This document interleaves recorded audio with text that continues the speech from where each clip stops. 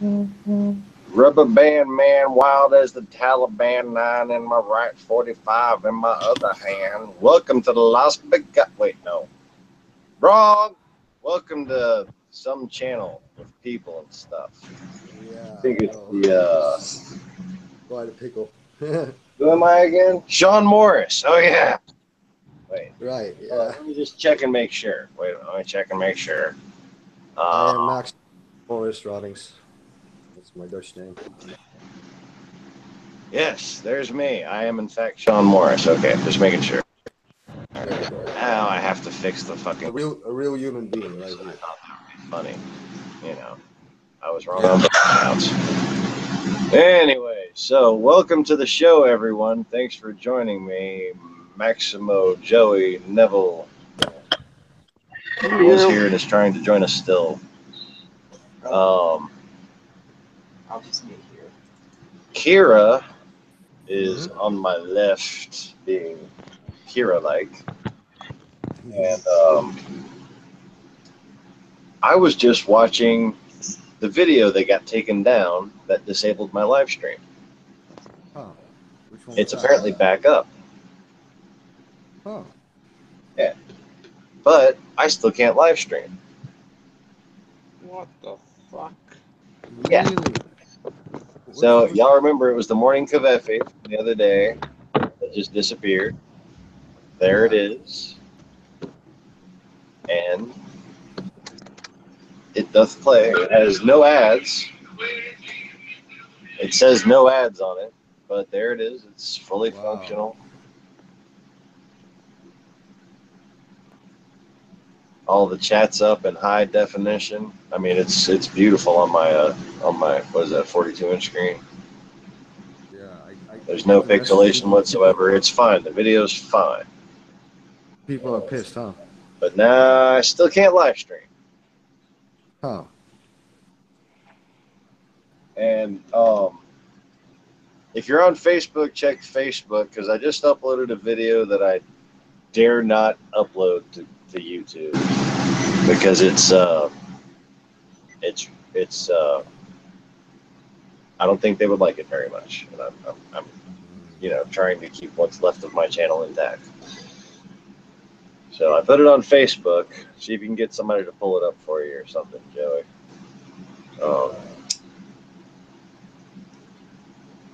It's basically the same ratio on Obama's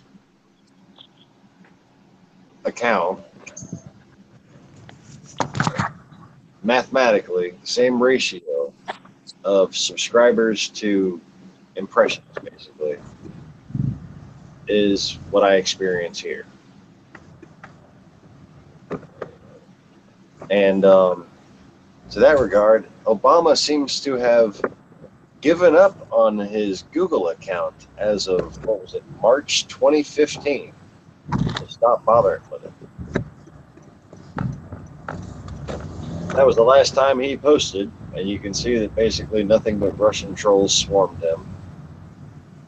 And yes, he experiences the exact same ratio of results on the Google platform. Very interesting. That is so weird, man. Oh. 6.5 million followers. How many impressions, how many likes and shares do you think you would get? What's your guess? Joey? 17 million. No, be realistic. If he's got 6.5 million followers, what would that equate to? At least 5 million reposts and stuff like that. He's got 5,981 or something like that likes and 741 shares on his last post. 741 shares on Barack Obama's last post. That's it. That's ridiculous. That's the same exact ratio with the 3,100 subscribers I experience here. The same exact ratio. Which channel are you talking about now? This The might be suppression more my engine. delusion. Trying to figure this out, you know? Good beeping. Neville. Yes, keep beeping. Huh? I don't know. Somebody's beeping. Somebody trying to call me? Maybe. I don't know. Somebody was vibrating. Anyways, leave that to the Trojan man. Trojan man. So, anyways, Oh, there you go. I get the code. I get the code. so what this tells me, the mathematical parity, not disparity, the Yeah. mathematical identical aspect of this means that it's not just the result of troll flagging and all that shit. It's not just the result of ads being paid for by Russia. Yeah. Either there is a programmer at Google that is a Russian agent, or their algorithm has been hacked, their programming in general has been hacked, or they're just a bunch of fucking traitors. Okay, those are your three options. Those are the only three options. All three are equally dangerous, in my opinion. Yeah. Yes. I was trying to just shadow play and figure out what I missed so I could figure out how to stop this shit, you know, because this is driving me nuts. Like Hey, Max, stop thinking so much, man. Just take it one day at a time, brother. Be cool. All right. I'm sorry. You got a lot to deal with right now. You just take it easy for a while, okay?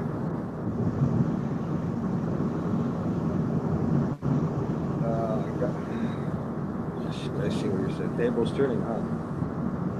Anyways, Yeah. so it's the math that's there that makes it algorithmic, Joey.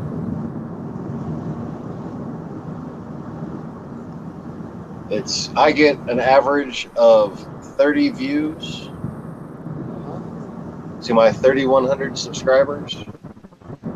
He has 6.5 million subscribers, and he gets just about 6,000 shares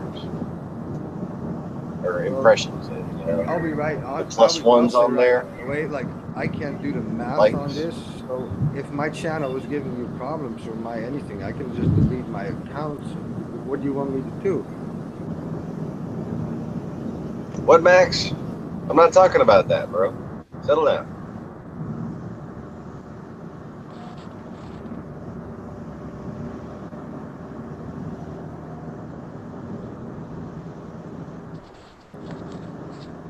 Anyways.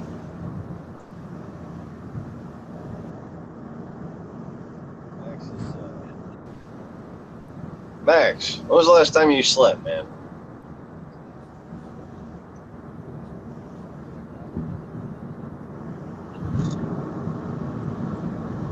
I don't sleep very lately. You know, over the last couple of years, I've been quite fucked up trying to control and get through this fucking bullshit I fucking went through in the East. All this weird shit, you know. All right, well, it's important that you get some regular sleep, bro. I'm starting to see what you're saying because Try to be more on top of that, because it seems like you're starting to fall apart a little bit, and I'm starting to worry about you. A little bit, but the heartbeat's flowing a little bit better. But you know, that's yeah. So basically, what are you saying? Just stay regular is what you're saying, basically, right? Just make sure you're getting enough sleep, bro. You got some stress that I don't want to bring up with your family and all, and just make sure you get some sleep, man.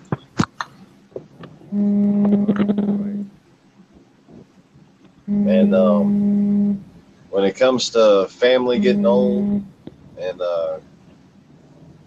getting towards the headed towards the exit, as it were, above all else, just be as nice as you can to them. Suck it up. Trust me.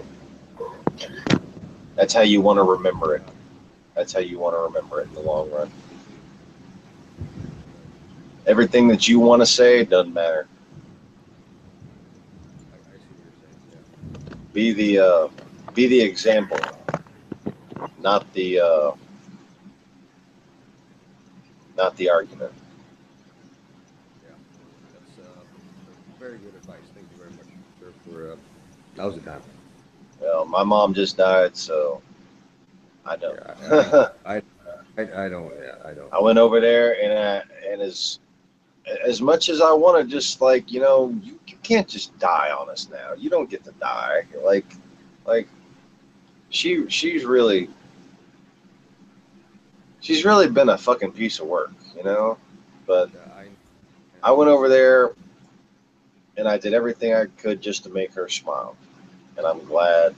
I'm so glad that's what I did, and I'm really glad that my Aunt Carolyn made me. Basically, my wife too. She helped make me go over there and do that. But that was definitely that's how you want to be, bro. Yeah. So just focus on what you can do, day by day, bro. Day by day, I'm starting to see what you're saying. It's like I just gotta get.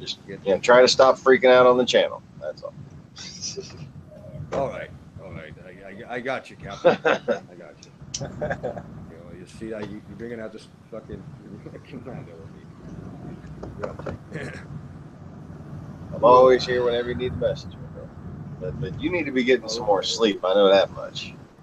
Not everybody can keep up with me as far as staying awake goes. Fuck that. Yeah, I know that for a fact from yeah. So all right, I'm going to get some sleep, get some coffee and get level, and I'll see you. Yeah, see you later. All right, bro. Peace.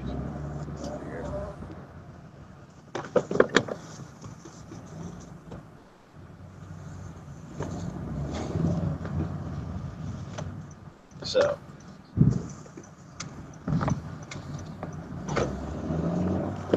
Neville's driving because he's cooler than all of us. I didn't know if I was on or not. Okay.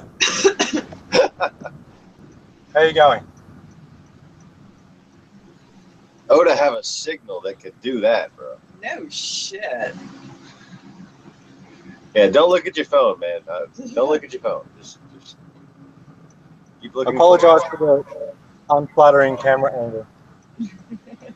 Oh, it's cool. You don't have any boogers hanging out. I don't feel like I'm about to be bombarded or anything. What about for this? Mortars incoming! Yeah.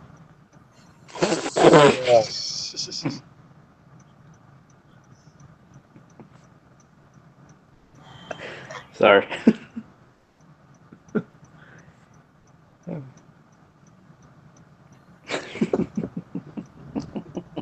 Anyways.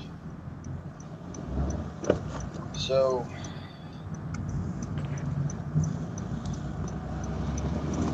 I hope Max gets some sleep soon.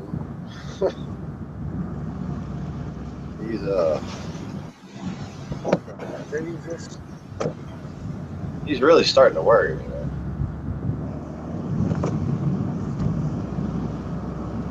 But yes. Come on, Max, gotta get some sleep. If that's what you said you wanted to do,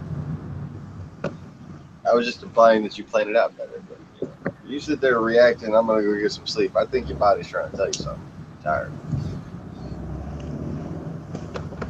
I myself am going to go get some sleep.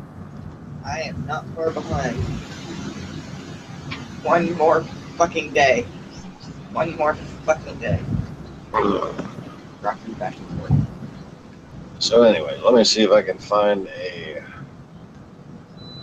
complete. That one seemed kind of crappy, but it might be all good.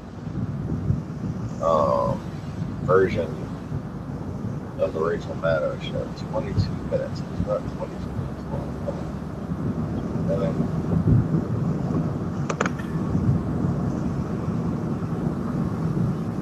Oh well.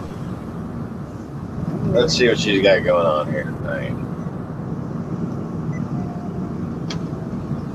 We got to keep a vigilant eye on how things are going in this country,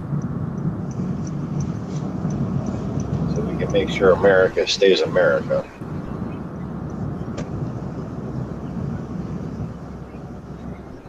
Kirsten Nielsen will be nominated to run that agency. She was Who? Kirsten. Who? Thanks to it home for joining us this hour. It's been a busy news day. We have a nominated security department today. We reported last night that this was likely. Today it was announced that Kirsten Nielsen will be nominated to run that agency. She was chief of staff to John Kelly when he briefly served as Homeland Security Secretary this year. And when John Kelly left that job to become White House chief of staff, Ms. Nielsen came with him from Homeland Security over to the White House. So if her nomination is approved, she'll now go back to the Homeland Security Department to become the new person running that agency. She's known for her expertise on cybersecurity in particular. It's notable for this administration that she's not seen as somebody totally unsuited to this position. And she's not. Max, if this is stressing you off, if this is stressing you out, I want you to take a break from it, okay?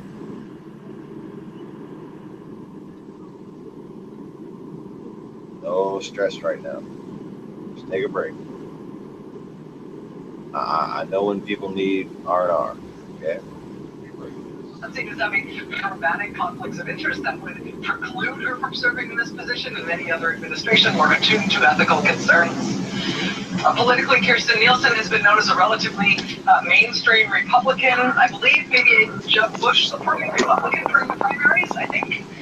So you would think that might preclude her from getting a job in this administration, but they did roll out that nomination today, and so far, for whatever reason, the pro-Trump conservative media machine doesn't seem to be going nuts about her. So we shall see. Homeland Security Department has had nobody running it since July, but Kirsten Nielsen has now been nominated. She's not the only Trump administration nominee who made news today, though. Today we learned that the acting director of pipeline safety in the Trump administration, the newly appointed top federal regulator charged with overseeing the safety of oil and gas pipelines, she apparently has not given up her outside business interests in order to take that job. And one of her outside business interests is selling equipment for oil spill response. That's like if there's one guy in your town who has a business selling tires and fixing broken axles, and you decide to put him in charge of filling the potholes in town. Yeah.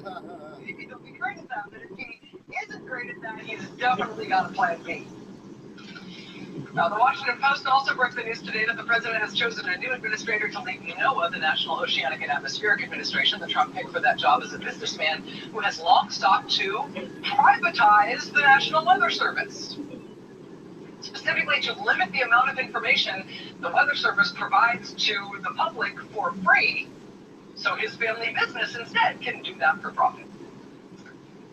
A for-profit National Hurricane Center, right? Yeah, what could possibly go wrong? Yeah. We have a story coming up this hour about one of the disaster medical assistance teams that has been dispatched to Puerto Rico as part of the response to Hurricane Maria. This story that we've got coming up on that tonight is not a good news story, but it is, as far as we know, the latest Trump administration "I'm quitting in protest" stories. All right. So we have, well, let's talk about the basket of deplorables here. The cabinet of deplorables. Cabinet of disposables, in my opinion.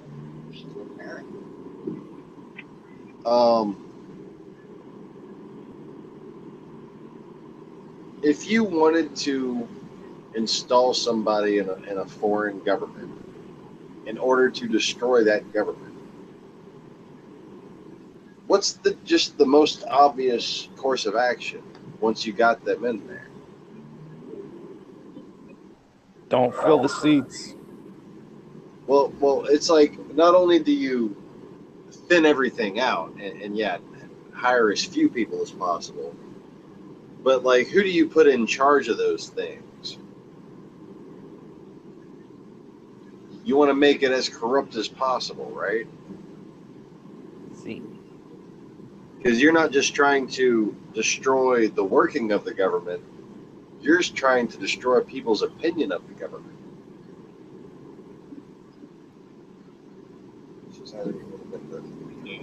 You're trying to make people think that it's just hopeless. That, man, just the corruption is just unapproachable. Right? You're trying to make people just lose interest, so that they'll just turn a blind eye. Just make them want to quit. That's what he's just done. And every single cabinet position has been filled by someone who's in the industry they're supposed to now oversee. And none of them have divested themselves. It's fucking crazy. So got that a little later on. Wait, what, dear? I'm gonna That's start like, tonight, they though. don't have to divest themselves because they were all appointed after Trump was president. But, you know, Put installed.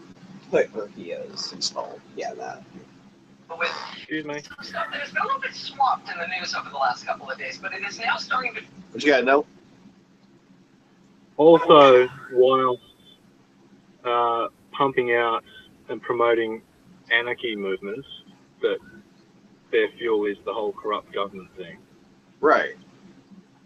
Right. So they got to sit there and make what they accuse of true. It's like a big. I mean, it really amounts to psyops when you think about it. It's psychological operations being carried out in the U.S. by the KGB. And Donald Trump is part of the fucking psyop against this country.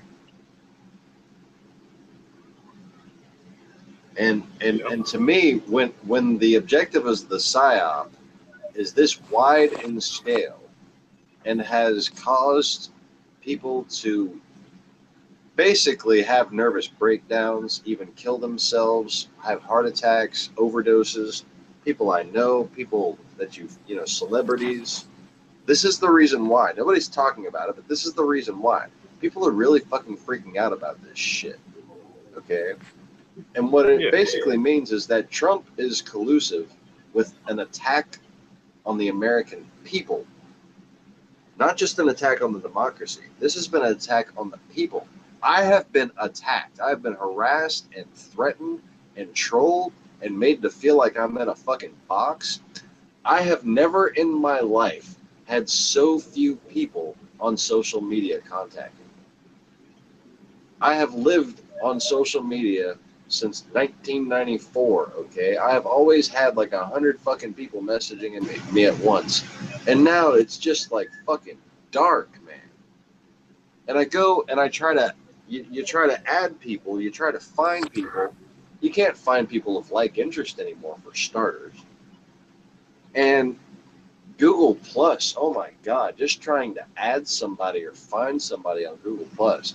I got Lacey in one window, and I go and try to add her a conversation in another window. I can't search for Lacey's fucking name. Even though you were in a conversation with her. I got a conversation, the same account, same screen, you know, same Internet Explorer window, but you know, they pop up the little bitty individual chat things. Like, there's one of those right next to it that has her in there, and I go and try to add her to the chat next to it, and it searches and it can't fucking find her. Yeah. Google Plus was great for other forums that I was on. But then I deleted it when you said it was dodgy. As far as like meeting new people, it seems dodgy as hell to me. No, what I mean is for other normal users, it works fine, I think. Like, I used it for other forums that were non-political, not a threat. Right. Yeah, I could see how that would work. Subject-based, just for forum use, yeah. Especially for techs, huh? For any kind of technical work or mechanical work. Yeah, Yeah, I can see that. Hey guys, I gotta get to bed. I can't keep my eyes open. All right, Joey, have a good night, bro. Good night. See you, Joey. All right, good night, everybody. Who's left? I think it's just you, Neville. Oh, shit. I'm gonna put the news back on. And I'm gonna. I'll be back in a sec. I'm just going to go grab a pie. Oh, take your time. I'll have the news on if you just want to watch, bro. All right, back in 1 sec. Feel like you ought to be aware this is going on. Adam Schiff, the top Democrat on the Intelligence Committee, is going to be here tonight to help us sort through some of this in just a second. But just check this out. Today, you may have seen this report at Politico.com, very well written, well reported piece, which says that the president might offer to sit down for an interview with Special Counsel Robert Mueller, who's leading the investigation into the Russian attack on our election last year. If the White House did decide to do this, it would make Trump the first president since Bill Clinton to face questions under oath from a federal prosecutor. And you remember what happened then, right? Bill Clinton's Hold up. Just fucking hold up. Just fucking hold the fuck up. You're all talking a bunch of nonsense. All these fucking reporters are useless. This is why nobody trusts the fucking media. Because when it comes down to a time like this, when there's factual information of things that have happened, that people need investigated and reported on so that they know that they happened to this country, you gloss over the details. Oh, some shit happened and we think blah, blah, blah. And then you move on to these kind of stories where it's you know, it's speculation at best, and basically just something that somebody fucking made up at worst. These whole things like, oh, John Kelly thinks this, John Kelly says that, oh, Trump plans to do this, and you're like, Yeah, they don't. they're just making shit up, and while it seems to be placating people who are seeking answers in the Russia collusion thing, it's really fucking embarrassing all of us, hindering progress, and playing out a psychological operation in which the media plays the antagonist. Okay? And you know, I told you there's a difference between the fucking media and reporters. These people aren't reporters. They're being media. They're playing out a fucking drama that makes it look like the media is out to get Trump. And that's all you're fucking doing when you report these fucking speculative stories like that. You have no business doing it, and it's interfering with the fucking investigation. Water affair and the Monica Lewinsky matter, that testimony later became, in large part, the basis of House Republicans' impeachment effort against President Clinton. And it's not like other presidents haven't testified or talked to prosecutors in other criminal matters, but that impeachment history with Clinton and this particular president's tendency to say stuff that just pops into his head, particularly when he is under pressure, those factors, I think, made it a surprise to a lot of people when this story came out of Politico today, saying that the president's legal team on Russia was going to want the president under oath with Mueller's 18 prosecutors. It just seems like a surprise they'd want that anytime during this lifetime, let alone anytime soon. Here's the thing, though. The president's lead lawyer on Russia stuff, I think it's his lead lawyer on Russia stuff now. It's not always easy to tell. There's been a few different ones. The guy who I think is the president's lead Russia lawyer, he apparently does not consent to this strategy. He may have not been aware that this strategy was being discussed, let alone pursued by the White House with regards to the Russia investigation. Politico had posted this article saying Trump's going to sit down with Mueller, posted it at 5 a.m. this morning. They updated it a few hours later, just before 11 a.m., to add a comment from John Dowd, who I think is supposed to be Trump's lead lawyer on Russia. Hello. I was going to quote directly what he told Politico. This is just quoting directly from the article. Quote, the president's personal lawyer, John Dowd, initially declined to comment for this story. However, in an email sent after this article was initially published, Dowd said, quote, totally false! Exclamation point, exclamation point, exclamation point, exclamation point, exclamation point. He went up for 16 exclamation points. 16! So the White House tells Politico, yeah, we want President Trump to talk with Robert Mueller's prosecutors. Trump's lawyer on Russia then swallows his tongue and starts gargling, no, that's a terrible idea, with 16 exclamation points. And then another one of the president's Russia lawyers, Ty Cobb, that amazing mustache guy, Well, he for calls fuck's up a sake. conservative The website amazing to mustache drop guy. some The further amazing mustache highfalutin guy. legalese on this sensitive subject. His comment on this matter to the Daily Caller website was, quote, "Nobody in the White House would be this stupid." Well, you never know. Yes. This is a president facing the most serious criminal and counterintelligence investigation ever levied against any U.S. president ever. Actually, it's probably the most serious investigation ever levied against any high-ranking U.S. official ever, not even just presidents. And his lawyers for this fight are just not who you'd expect to be representing a U.S. president in a fight like this. A little touch of the carnival act for these guys.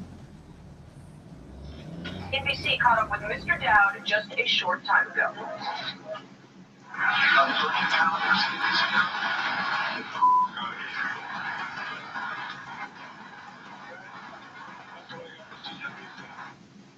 So that's John Dowd. That's the president's lead private counsel on Russia, with the 16 exclamation points in his last comment to Politico.com. He's also the one who forwarded those secessionist emails to reporters, apparently without meaning to, a few weeks back.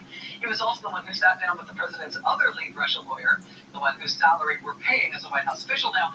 He and Ty Cobb sat down, apparently unwittingly, next to a New York Times reporter who at the time was taking pictures of them and writing down what they were saying as they were discussing the president's legal strategy and how much they didn't like the White House counsel.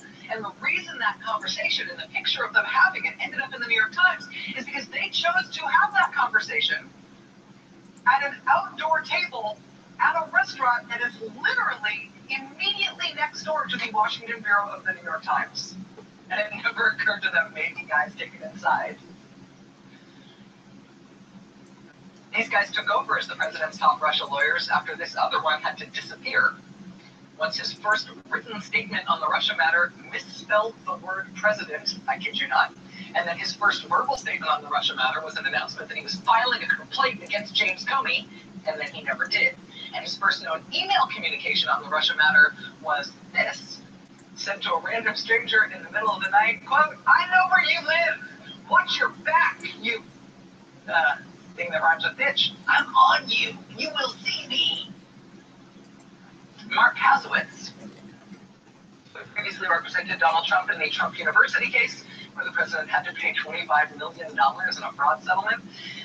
He was going to lead the president's defense on Russia matters. Apparently, though, he has either been raptured or he's become invisible or something's happened to him, because after his very inauspicious debut, he's just disappeared.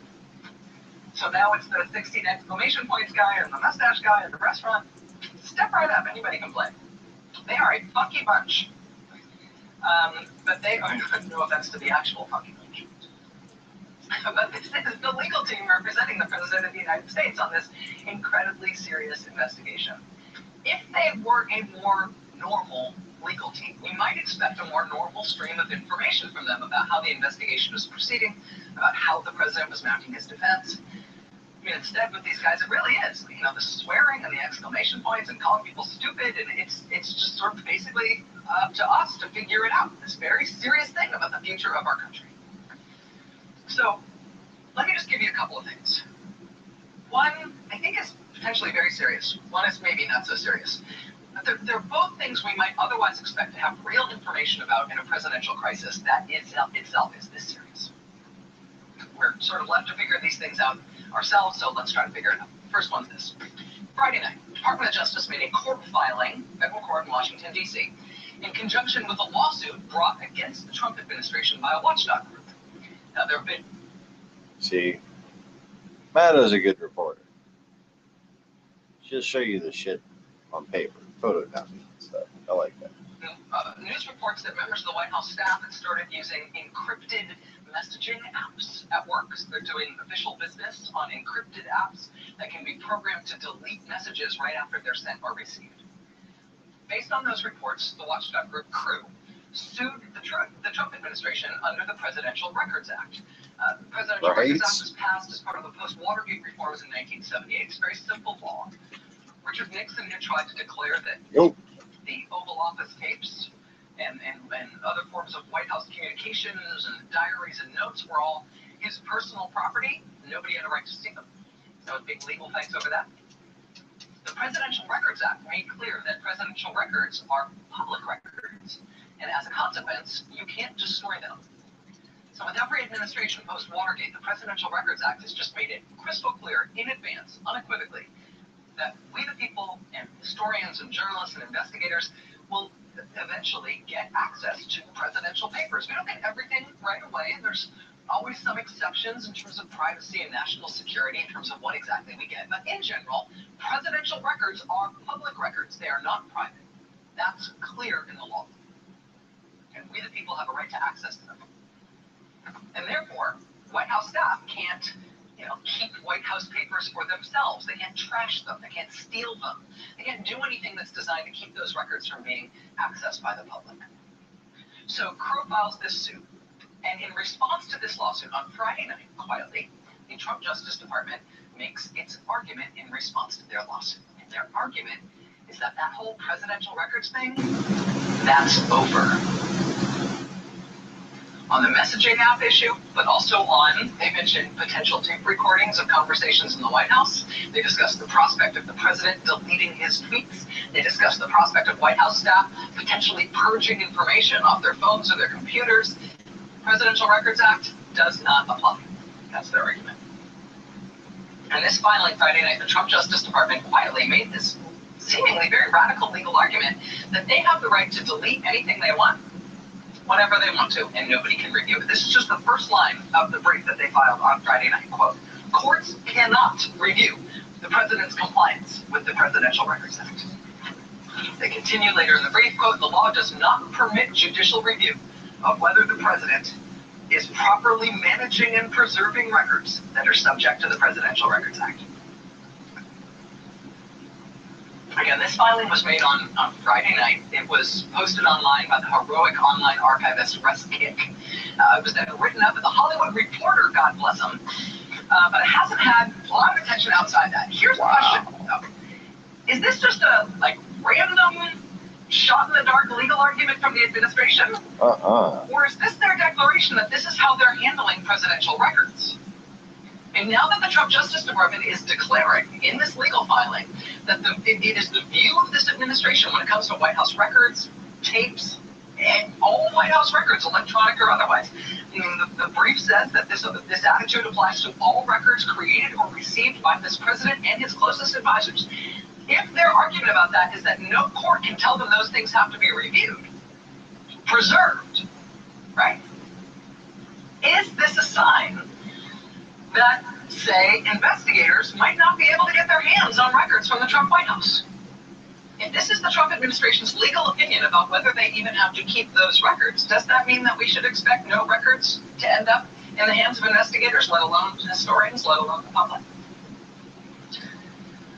So again, Adam Schiff, one of the members of Congress who's leading one of those investigations in Congress, top Democrat on the Intelligence Committee, he'll be joining us in just a few minutes. We can ask him about that. But here's one more. It's the last thing I'm going to raise here. And this may not be the most serious thing in the world, but if a president facing this serious a criminal investigation had a less slapstick legal team, right, and sort of more normal lawyers advising him, this would be the sort of thing that would have already been explained by now. I mean, because we have these guys, because we have 16 exclamation points, right? This thing I'm about to explain is just hanging out there now with no explanation about why this happened or how this happened or what could possibly be the innocent explanation for it. And I will preface this by saying I recognize this one may not end up being all that serious. Part of the reason I want to give you that caveat is because where this all started was with kind of a dirty joke. Now, what's going on with you and Trump? You and Trump have some kind of beef going. What happened? It seems like you two should be good friends. I can't imagine he's the one who's been tweeting mean things about me. Right. And, you know, look, I'm not looking for a feud with Donald Trump, and I certainly only wish the best for the syphilitic monkey who does his Twitter feed. But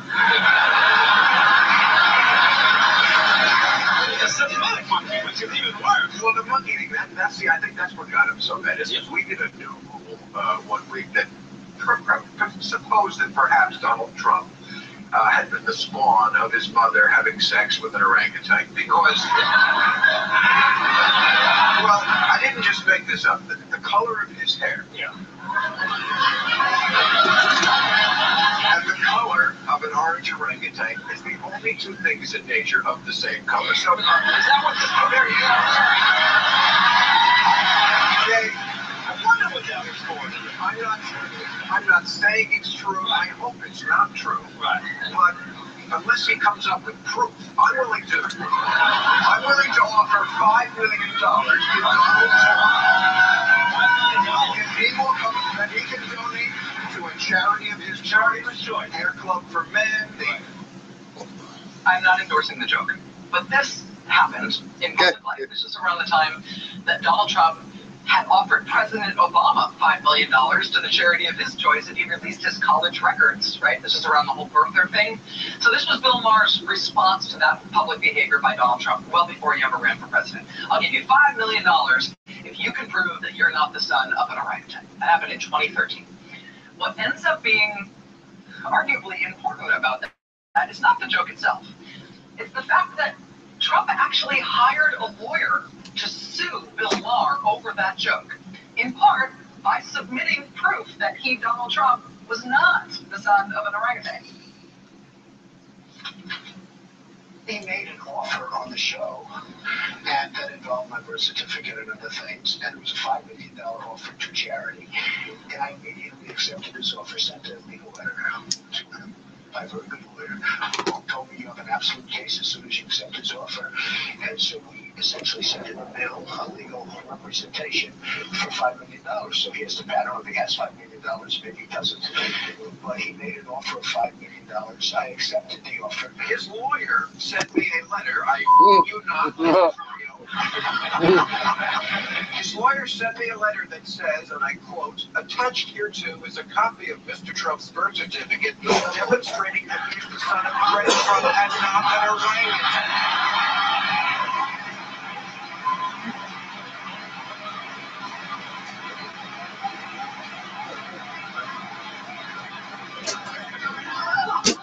Do these morons even know it's impossible for people unable to produce offspring? And look at the lawyer's signature. It just kind of trails off, as if to say, I'm too embarrassed to even finish this. God, asshole. I'm trying. Okay. The name that trails off there, the man who Donald Trump describes as his very good lawyer, who filed this official representation with Bill Maher that Donald Trump was the son of Fred, not the son of a punch. That is a real lawyer, and his name is Scott Balber. And that should be another forgettable chapter in Donald Trump picks lawyers, right? But you know where that guy popped up this week? On Monday, the Washington Post reported they had obtained new contemporaneous documentation about the Trump Tower meeting that happened last summer involving Trump campaign manager Paul Manafort, Donald Trump Jr., Jared Kushner, and a whole bunch of Russians linked to the Putin government and to Russian military intelligence. The new documentation obtained by the Post this week was an email about the Trump Tower meeting from Natalia Veselnitskaya, the Russian government lawyer who set up that meeting. Her email was sent on the morning of the meeting. Her email asks the British intermediary who had contacted Donald Trump Jr. to set up the meeting if it would be okay if she brought with her to the meeting a lobbyist and trusted associate. Now, I don't think that additional email from the Russian lawyer shed all that much more light on why the Trump campaign was taking that meeting with Russian officials promising dirt on Hillary Clinton in the middle of the election.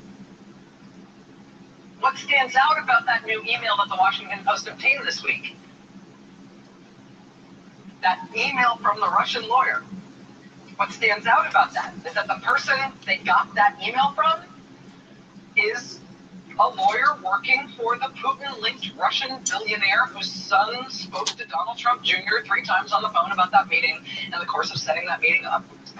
And the lawyer for the Putin-linked Russian billionaire in this case, the guy who handed over that email from the Russian lawyer about that meeting this week, that lawyer is Scott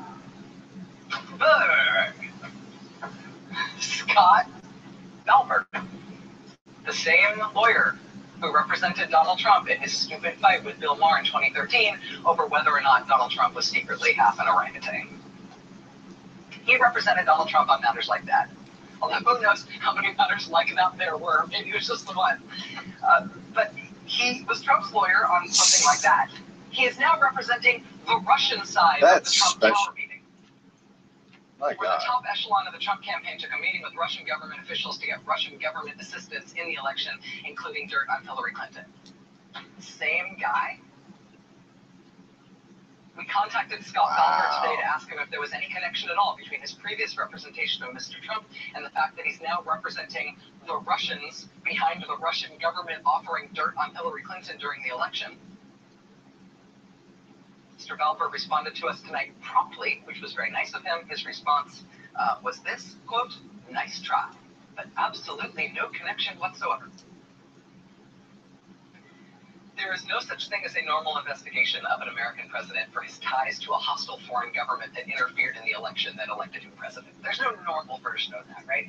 But when somebody who used to be the president's lawyer quite recently turns up in the middle of that investigation representing the Russian side, that seems like something that requires more than nice try as an explanation. If the president had less hilarious legal representation in the first place, we could probably expect an explanation for something like that. But in this world that we live in, we gotta figure these things out ourselves. We do our best. Top Democrat on the Intelligence Committee joins us coming up to say this.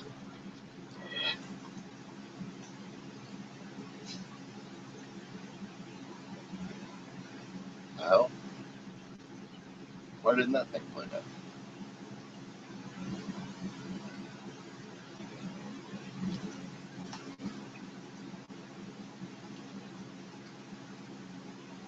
And thanks to it all for joining us this hour. It's been a busy news day. We got a new nominee to run the Homeland Security Department today. We reported last night that this was likely. Today it was announced that Kirstjen Nielsen will be nominated to run that agency. She was chief of staff to John Kelly when he briefly served as Homeland Security Secretary this year. And when John Kelly left that job to become White House chief of staff, Ms. Nielsen came with him from Homeland Security over to the White House. So if her nomination is approved, she'll now go back to the Homeland Security For fuck's Department. sake, man.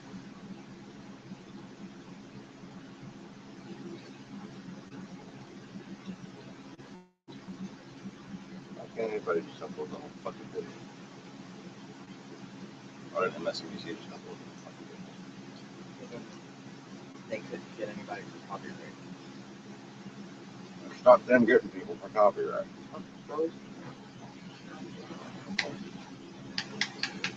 You're right.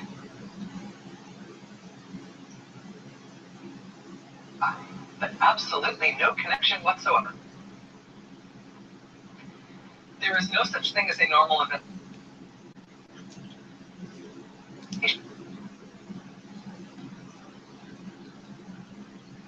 Thanks to it home for joining us this hour. It's been a busy news day. We got a new nominee to run the Homeland Security Department today. Okay. I got this. I'll make it work.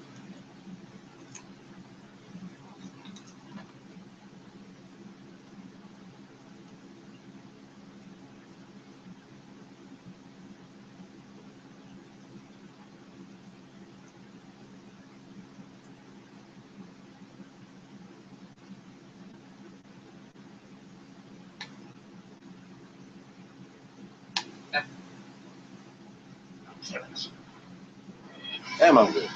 We were expecting right now to be talking live with the mayor of San Juan, the capital city of Puerto Rico. She is, I'm told, quite near to our camera, but not near enough yet. So we will be going to her By our in camera, just a we moment. mean We our also, though, hearts. have Congressman Adam Schiff, the ranking member of the House Intelligence Committee, standing by. We're going to be talking with him in just a moment as well.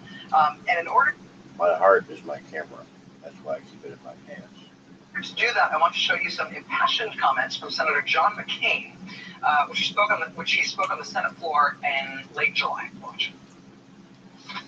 My friends, the United States of America needs to send a strong message to Vladimir Putin and any other aggressor that we will not tolerate attacks on our democracy. That's what this bill is all about.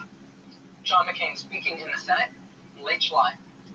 It is rare for a bill of much significance to get anything approaching blanket support in Congress.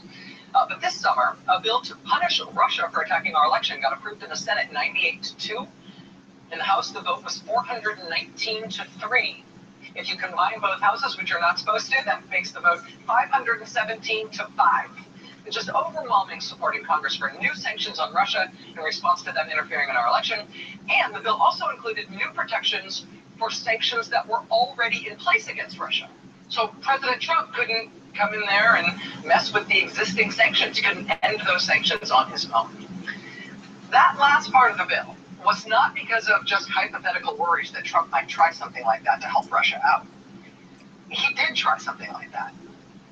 On June 1st, Michael Isikoff at Yahoo News reported that the Trump administration did try to get rid of existing Russian sanctions the moment they first showed up in Washington, D.C. Quote, in the early weeks of the Trump administration, former Obama administration officials and State Department staffers fought an intense behind-the-scenes battle to head off efforts by incoming Trump officials to normalize relations with Russia. Unknown to the public at the time, top Trump administration officials, almost as soon as they took office, tasked State Department staffers with developing proposals for the lifting of economic sanctions on Russia and the return of Russia's diplomatic compounds. These efforts to relax or remove punitive measures that had been imposed against Russia alarmed some State Department officials who immediately began lobbying congressional leaders to quickly pass legislation to block what the Trump administration was trying to do. That's why that bill that landed on the president's desk with all that overwhelming support, that's why it didn't just call for a new punishment against Russia for them messing with our election. It was also designed to stop Trump. How much more than a foreign invasion can it look like? They would literally have to be like coming in off the boats by the thousands. Right. Like, just because they're not coming in off the boats by the thousands doesn't mean your country wasn't invaded. I mean, what the fuck? From trying to remove existing sanctions on Russia, because he had already tried to do that from day one. President Trump objected to that bill, but he was up against those gigantic veto-proof majorities, and he signed it privately with no pageantry. None of these, didn't do any of that. Signed it quietly, nobody there, and then he left it to the Secretary of State, Rex Tillerson, to explain. The action by the Congress to put these sanctions in place in the way they did, neither the president nor I are very happy about that. We were clear that we didn't think it was going to be helpful to our efforts, but that's the decision they made. They made it in a very overwhelming way. I think the president accepts that. We all have to accept things we don't like sometimes. The president signed the Russia sanctions bill on August 2nd. And here's the interesting part. He signed it on August 2nd. The thing he signed, that new law, gave him a deadline of October 1st to implement these new sanctions against Russia to punish them for attacking our election. October 1st was the deadline. So he signed it August 2nd. We waited all through August. Then we waited all through September. It's now October 12th. And those sanctions are not in place. He hasn't done anything. And now the bipartisan sponsors of that sanctions bill are mad. John McCain and Ben Cardin in the Senate have now written to the president, quote, the delay calls into question the Trump administration's commitment to the sanctions bill, which was signed into law more than 2 months ago. Quote, they've had plenty of time to get their act. The man is a traitor who colluded in a fucking attack on the American people.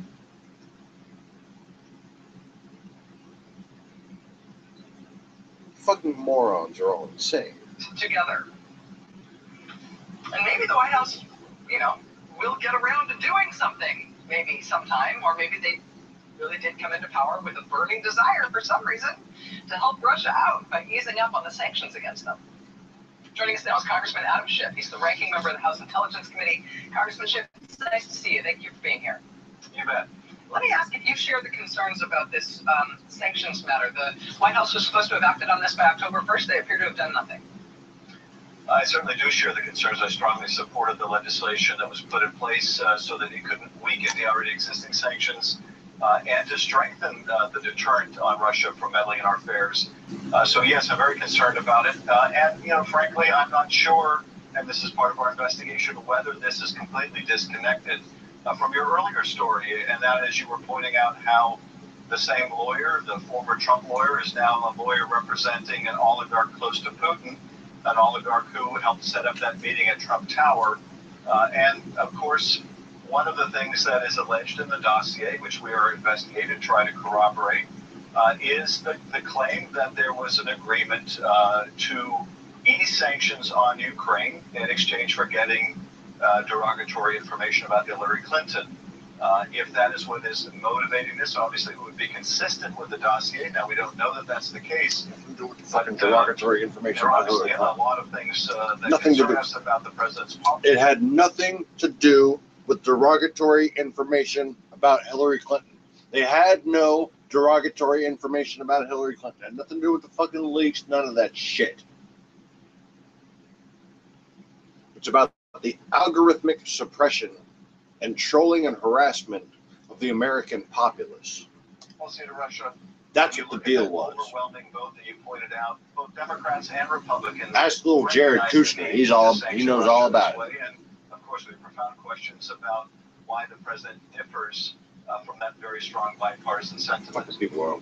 You referenced the dossier and what the dossier says about how if there was a quid pro quo here, it appears to have been, or it was supposed to have been described in the dossier as having been about Russia wanting sanctions relief. We had Mark Rosenbaum on the show last night, legendary investigative reporter at Reuters. Senator Sheldon Whitehouse, who's on the Judiciary Committee in the Senate, told him for a piece this week that when it comes to the dossier, a good deal of the information in it remains unproven, but none of it has been disproven, and some of it has been proven true. When he said none of it has been disproven, that caught my eye, because I think a lot of people assume that parts of the dossier have been disproven. Can I ask what you make of Senator Whitehouse's assessment there, if you share that? Well, I certainly share the view that there are parts of the dossier that have been corroborated and that seem credible. There are other parts of the dossier that we're trying to determine, are they true, are they not true? And, still other parts of the dossier, I think we're not even close to being able to confirm or reject. So I think in a little sense, that's true. I don't think that we can disprove parts of the dossier yet. But there's a lot of work that remains to be done. And frankly, that's where we ought to have at least part of our focus. It shouldn't be on trying to discredit the messenger, but rather find out how much of this dossier is accurate. And that's really what we're trying to accomplish. The chairman of your committee, the Intelligence Committee, who said he was stepping aside from the Russia investigation, Devin Nunes, signed off on subpoenas this week, or sometimes not this week, signed off sometime recently. We found out this week. Subpoenas targeting the firm that was behind the dossier, targeting Fusion GPS. There's been some confusion as to whether or not that was his subpoena that he unilaterally decided to issue, even though he hasn't been participating in the investigation thus far. There's been some conflicting reports as to whether you were consulted on that subpoena, or whether even other members of the committee on the Republican side were consulted on that. What can you tell us about that? We are supposed to be consulted as a matter of the committee rules, but we were not consulted on it. Look, I think that the subpoenas are part of an effort to create an alternative narrative, and the alternate narrative is that essentially the FBI and the Department of Justice were hoodwinked into becoming an arm of the opposition research to Donald Trump. It's a variation of what you see in criminal trials, as I remember from being a prosecutor, where if the defense is very... Oh, yeah, it's our fault he's a traitor. I got you. So this, I think, is a part of an effort, not to get at the truth of what the Russians did, but rather to shift the focus onto the FBI and the Department of Justice. How about this? If he wasn't a traitor, I might have been a Republican. Incredibly serious. If U.S. policy is being distorted, either because of promises made or because there's leverage over the administration, that's serious business. Those sanctions we were talking about a moment ago, the reason why those are so significant, the reason why the Russians... Let's see. You got two choices. You have traitors to Christianity, humanity, democracy, just traitor type peoples. And you have Democrats. Which do you fucking choose, Oh, wait. But they say the right rhetoric, so I'm going to vote for... When are you going to grow past the IQ of alfalfa? His top priority is getting rid of those sanctions. Not the fucking kid alfalfa, the sprout. Is that Putin doesn't fear losing a democratic election. He's not going to lose a democratic election. Not the hairstyle alfalfa sprouts, the plant. A viable opponent in Russia now ends up in jail or dead. but he does fear mass protest and the ability of people to gather and demand better or demand the removal of an autocrat. Demand the ruble? And his economy continues. Wait. We've had a Freudian slip, ladies and gentlemen. Wait. What happens if they need to demand more rubles? Sanctions we were talking about a moment ago, the reason why those are so significant, the reason why the Russians' top priority is getting rid of those sanctions is that Putin doesn't fear losing a democratic election. He's not going to lose a democratic election. A viable opponent in Russia now ends up in jail or dead. But he does fear mass protest and the ability of people to gather and demand better or demand the removal of an autocrat. And his economy continues to suffer. He spoke wisely there. He knows the Russian people well, doesn't he? We're all going to complain unless you raise our pensions. So this is why it was such a high priority for Putin to remove those sanctions. Why? No better than the fucking Republicans here. Same exact as the Republicans here. We're all going to complain unless you lower our taxes.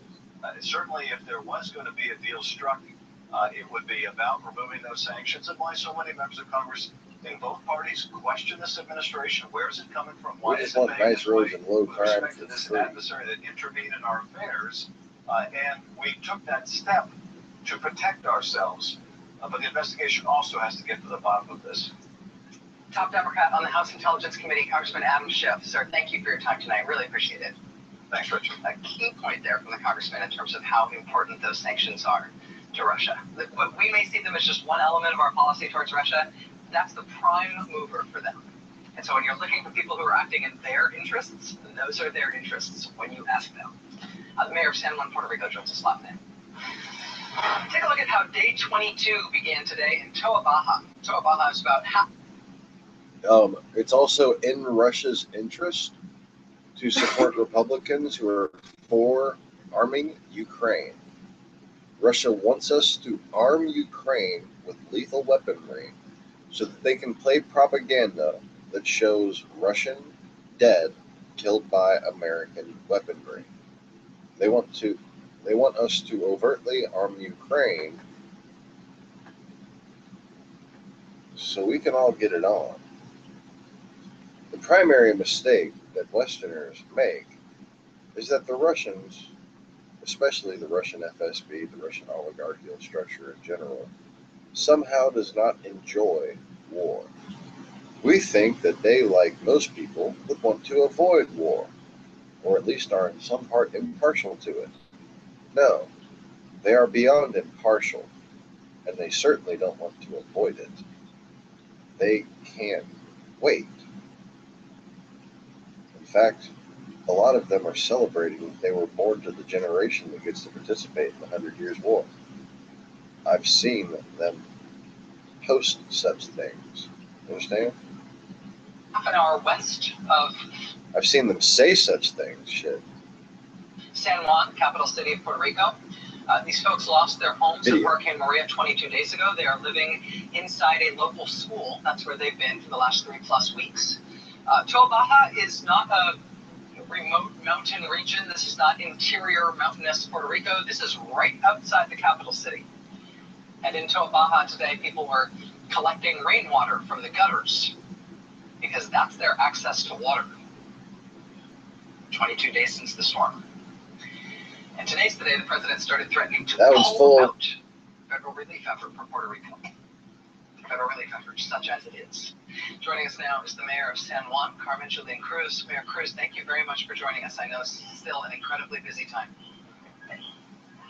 Thank you very much for having me. I do want to know your response to the president's threat to withdraw federal aid today, but more than that and before that, I want to know how you are. While I am very concerned about Puerto Rico, this is not news that I consider relevant to what I do here on the channel. They are having, while she's up there, I'm not the one who interviewed her. I didn't, Let me tell you what I know about what's been going on there. There is a specific type of bacteria that can infect humans from drinking water that has been tainted with mouse or rat or some kind of rodent urine. Okay. And it can cause death within 3 days, I believe. And it's treatable.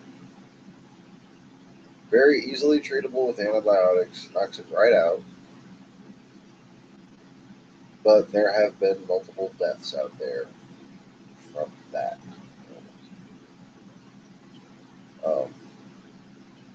I suppose, speaking of what I am not allowed to claim fair use for, I really should try to get up a fair use banner here. But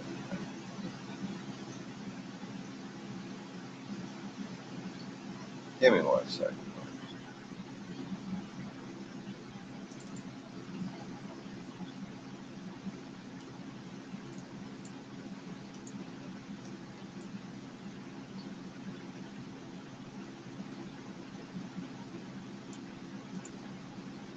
Alright. This is not the launch we got. I'm trying to zoom in on it.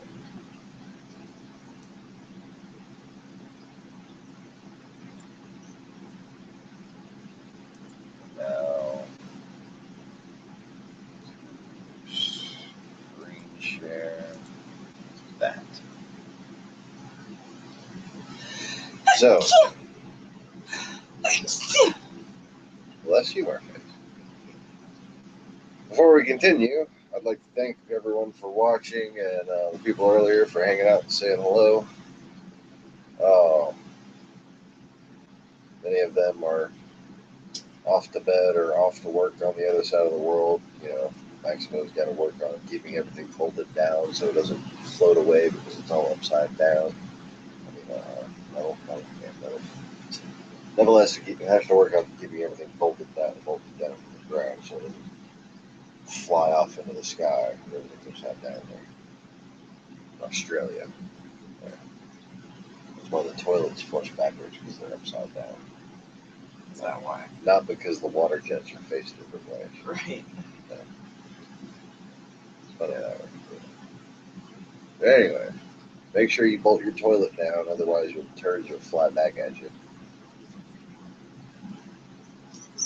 That's disgusting. But anyway, this presentation and the Rachel Maddow show being used within it meets all requirements under the Fair Use Act of 1972. This material and other material contained within this broadcast may be copyrighted and may not be used for any other purpose than the ascribed fair use purposes that like similar to what I'm doing, okay, without the copyright holder's permission, which I kind of indirectly have. But anyways, that's beside the point. This is still fair use. This is because I, Sean Forrest, am the host of the Lost Begotten channel, where I usually post such material. And I am basically testing to see what happens to this one, whether it gets removed or stricken down or demonetized or whatever. So I can, document that.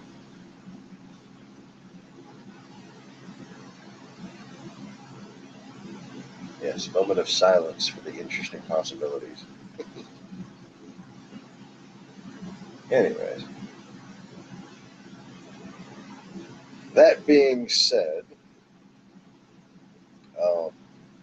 I would like to thank MSNBC and especially Rachel Maddow for all their hard work and keeping the American people informed on what has happened to them. It was not, in my opinion, an election in any respect. So, back to the hacked Russian driver webcam. Oh yes, While I'm thanking people, I might as well go ahead and thank Russia again for installing this wonderful webcam control app. I didn't feel like getting the CD from the other room, and next thing you know, I had a fucking app to control my webcam. It just showed up on my computer, and it fucks up the view every single time, but, I like little puzzles. I like to have to fix things, I like internet cafes that try to charge me money. I mean, what? I liked them in the 90s before they got smarter than that. Control escape. Oh, look, Windows. Like, they were that easy at first. They were that fucking easy. It was great. It was the techies' way of rewarding the non-novice. I think. Little backdoor beauties. I mean, what?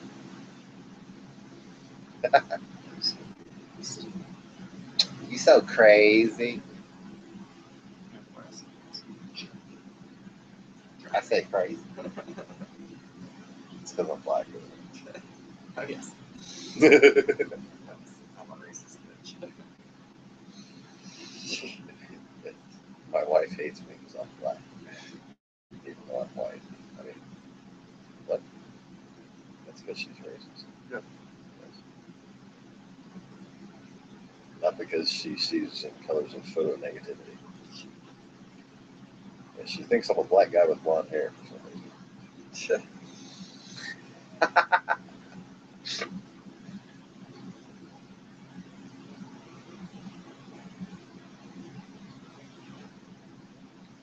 I was just kidding. But we did. That there is yet another fucking dress that is like. No, it's a shoe. But it's not a dress this time. It's a shoe. Remember that dress that was like blue and fucking black or white and gold or whatever? Or was it black and gold and white? I don't fucking remember. I could see both. I could see both spectrums. I could see exactly what other people were seeing, but I could see the blue. It was white. Yeah. Still black. White gold. See? We're normal. But I could see the red spectrum too.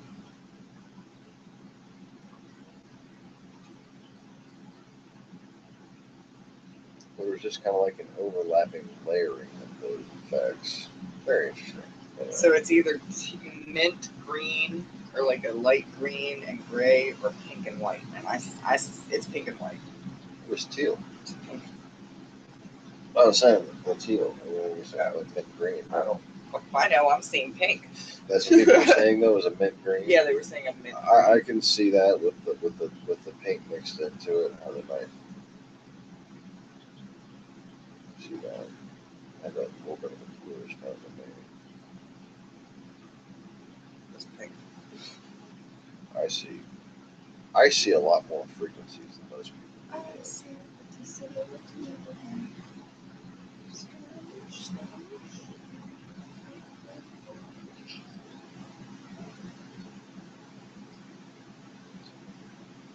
One thing I've had to test, like, just like, can you see how bad that light's flickering? Most people would say no. I've done that over and over again to different degrees of fluorescent lighting flickers to see what kind of frequencies other people are limited to.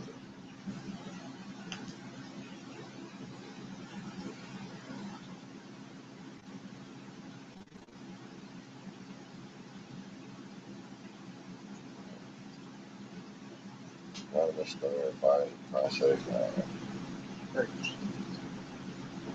13 lost their prosthetic eye and heart. And heart.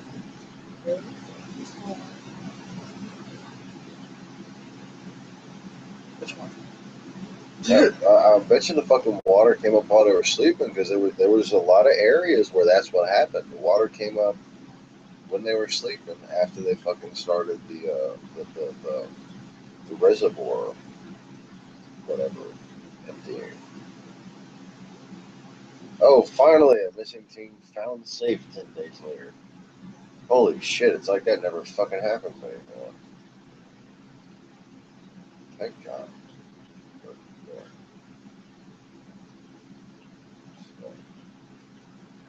thank those people who found me. Good job, guys.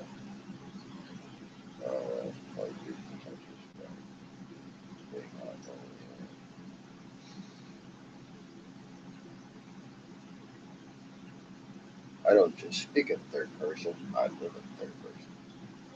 What? Mantis. Mantis. Spelled backwards is sit down. Sit down. Sit down. Sounds like you're having a flashback to this moment. I am. That's where I lost my hair. What? I was going to go orbit for a second. I'm glad you did.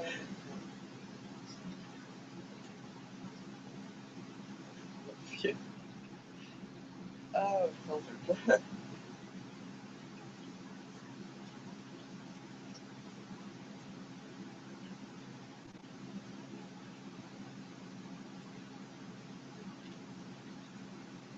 Yes, Vietnam was where I lost my sibling.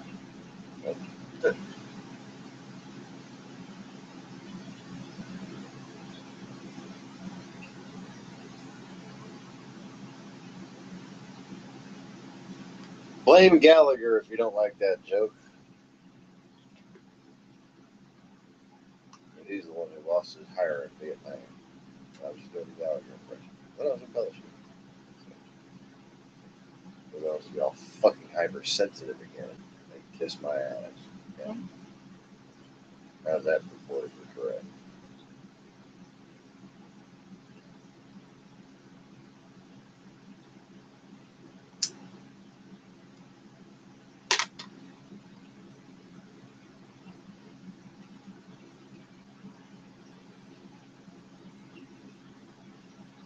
Spanish police used excessive force.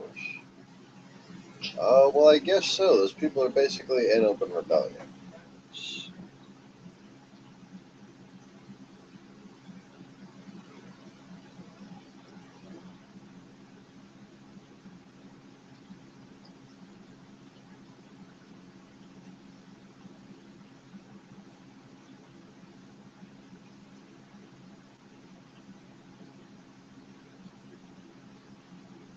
Those are Basque people, and they should look distinctly Irish. I don't see a bunch of Irish-looking people there.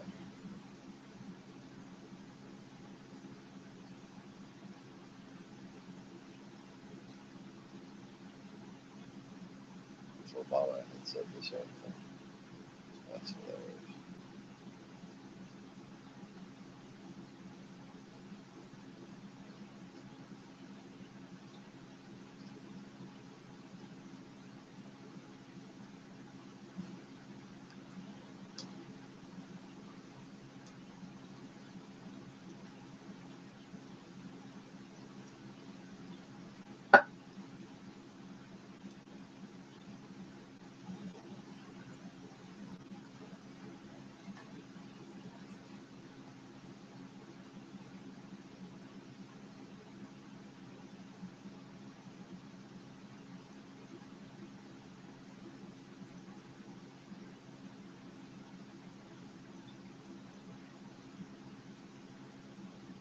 Oh, man.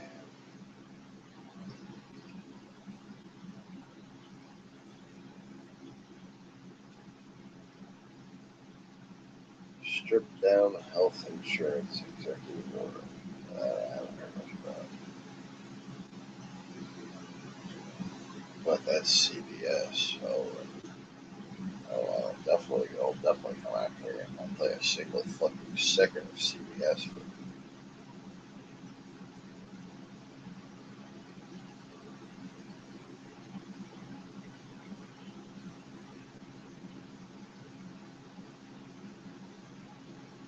city of citizens are suing the Houston Housing Authority.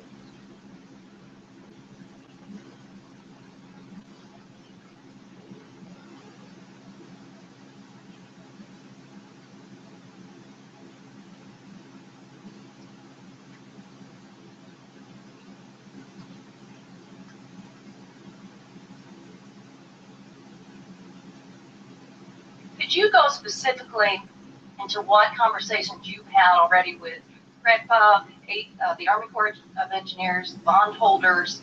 What is your plan building more distributed grid there with the modern technology that's at our fingertips? Congresswoman Castor, you have just pointed out the real challenge that this country faces in dealing with the territory and the citizens of Puerto Rico. That's a country that already had its challenges before. Well, it's America. They're American citizens. It's not a country. But could you just detail, since the time is limited? That's the reason I called it a territory, ma'am. I apologize for misstating here and saying country, but the territory had a challenge in front of it already because of the oversight. You know that. I just want to. Time is limited. Can you just say specifically what conversations you've had? We've had many conversations about how to deal with this. The challenges are real. I can't tell you that there are any quick and fast solutions. Rebuilding it back to where people have power right now is the #1 goal, getting that power back on. Has there been an interagency meeting here at the DOE or in Washington? We have interagency meetings all the time, ma'am. Specifically on? Yes, about this issue. Okay, well, the entire committee would, and everyone would benefit if you could report back on with greater detail and specificity so that we can be as helpful as possible. And I have to say it's so disheartening to see President Trump state this morning that we cannot keep FEMA, the military, and first responders in Puerto Rico forever. I hope this doesn't echo across the administration and the great folks at the Department of Energy and the Congress. I hope instead that Vice President Pence's statement would prevail, that we're going to be with our fellow citizens every step of the way.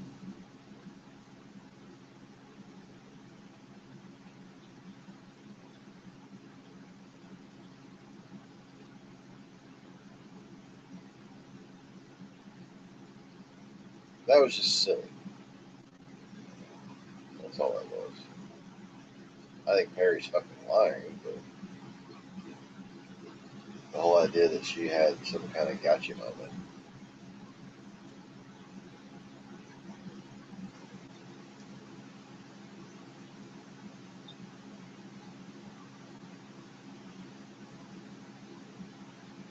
I'm trying to say that Perry thinks Puerto Rico is a different country. He doesn't think that. Trump, fucking Perry probably cares more about Puerto Rico than Trump does. Even Trump knows Puerto Rico is another country. He still doesn't give a fuck.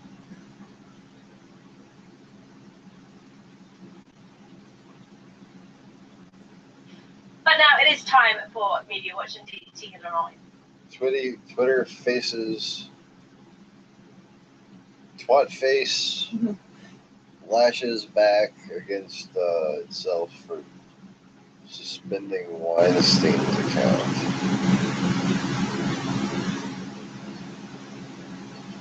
Dude, he's a known sexual harasser. Probably shouldn't be allowed on social media. Might lead to some, sexual harassment.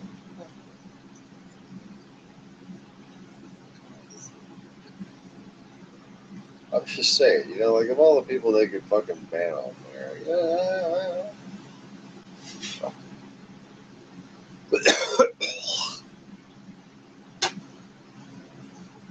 But of course, they didn't ban Trump. They don't ban any fucking Republicans. They don't ban any Republicans or rush up at things, no matter what they fucking do. So it's completely hypocritical.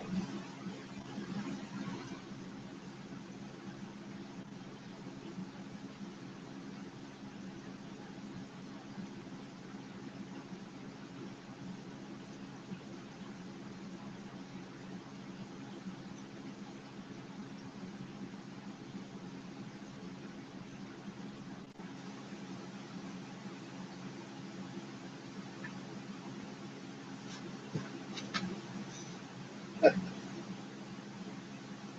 right. So,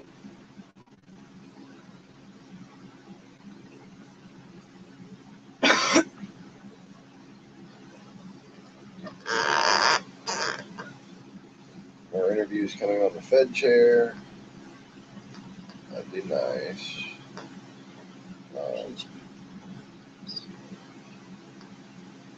It'd be nice if, like, maybe President Tillerson. Yeah, I think President Tillerson should be able to do candidates for a Fed chair. Somebody the head of an American company as opposed to a fucking GO. Yeah. And that's all Trump is. Trump is the head of the NGO. He actually does. He is. But Trump himself is an NGO. Only the sole beneficiary is himself. And that's what we've elected. We've elected to have a government